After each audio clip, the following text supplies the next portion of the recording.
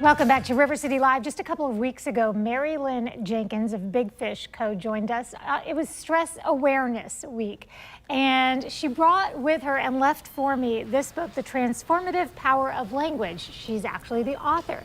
And so I immediately got back in touch and I said, Mary Lynn, you have to come back on the show, because I truly believe this is a book that when people read it, they will say, I wish I'd read it years ago.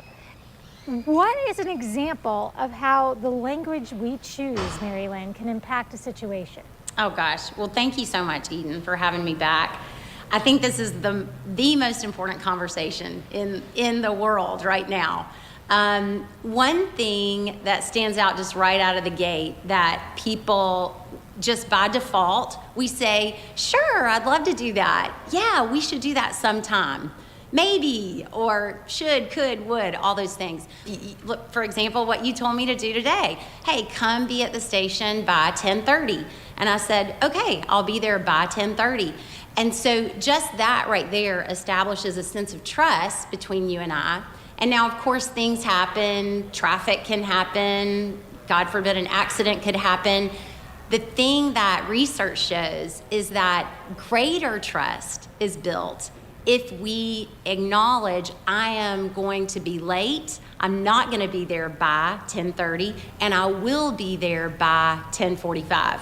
So I think simple things like that really begin to establish a new level of communication with people, be it somebody, in the workplace, be it your spouse, your children, just putting by when you're going to do something into your language. That's a very simple example, and one of the sentences in the book, this is just from randomly skimming through it, but it's something I'd never thought about when you say people are on the receiving end of you. Mm-hmm. In other words, they don't really know what's going through your mind. They are only left with an impression. Totally, yeah. And we can make choices in the language we use to make sure that that's an impression that we would like for them to have, correct? Yeah.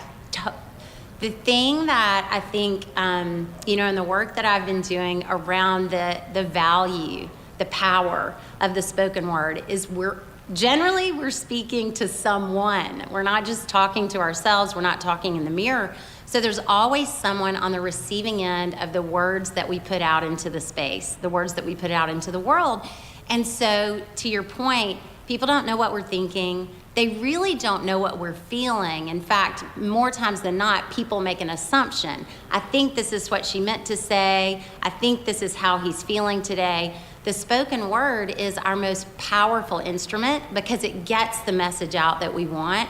And so when we learn how to deliver it in a way that actually makes a difference over there where that receiver is, that's when things can begin to shift in relationships and marriages and friendships. Clearly, this is something that we could talk about at great length, but the book itself is a really quick read with some exercises and specific to-dos. So for those who want to get the book, and we also have an event that we're going to pop up on the screen to tell you about, but can they do that by going to your website for Live Big Fish? Yeah. Okay, good. I want to make sure everybody knows where to find it. And then I also want to say we want to have you back to discuss more. Maybe we'll run through some of those exercises. I'd love it. As well, Mary Lynn. Thank you so much. And Thank you we are so going to be much. back with more River City Live. Please don't go away.